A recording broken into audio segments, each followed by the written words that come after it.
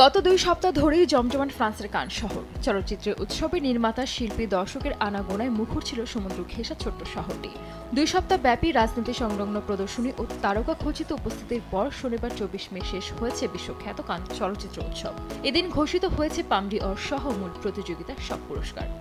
The 78th Festival of Cannes to be officially open! এবারের কানের স্বল্পদৈর্ঘ্য চলচ্চিত্র বিভাগের মূল প্রতিযোগিতায় প্রথমবারের মতো জায়গা করে নিল বাংলাদেশ।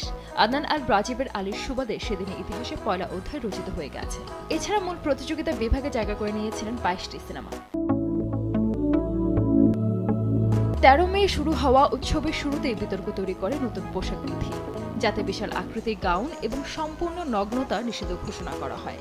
অস্কারজয়ী হ্যালি ব্যারির পোশাক বিধি লঙ্ঘনের দায়ে উদ্বোধনী অনুষ্ঠানে পোশাক পাল্টাতে বাধ্য হন।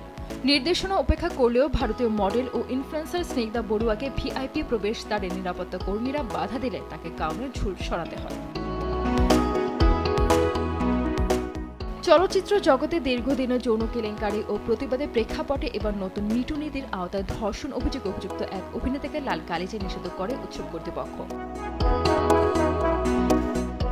এদিকে বিতর্কিত অভিনেতা কেভিন স্প্যারিস সম্মাননা গ্রহণ এবং অভিনেত্রী নিকোল কিডম্যানের নারী নির্মাতা বৃদ্ধির আহ্বান ছিল আলোচনার বিষয়। 3 জন অভিনেতা এবার প্রথমবার নির্মাতা হিসেবে আত্মপ্রকাশ করেন। বেবি গার্ল অভিনেতা হ্যারিস ডিকিনসনের আর্চিন ও টুয়াইলাইট খ্যাত ক্রিস্টেন স্টুয়ার্ট দ্য ক্রোন লসে অফ ওয়াটার দর্শক ও সমালোচকদের প্রশংসা পায়। তবে স্কারলেট জোহানসনের পরিচালনার প্রথম সিনেমা এলেনর দ্য গ্রেট সমালোচকদের কাছে মিশ্র প্রতিক্রিয়া পেয়েছে। উৎসবে এবারও এড়ানো যায়নি গাজা যুদ্ধের প্রভাব। উৎসবের আগ মুহূর্তে শতাধিক চলচ্চিত্র কর্মী এক খোলা চিঠিতে এই যুদ্ধকে গণহত্যা হিসেবে আখ্যা দেন। ইরানি নির্মাতা সেপিদে ফার্সির গাজায় নিহত ফিলিস্তিনি ফটো সাংবাদিক ফাতিমা হাসুনার জীবন নিয়ে নির্মিত প্রামাণ্যচিত্র দর্শকদের নীরব করে দেয়।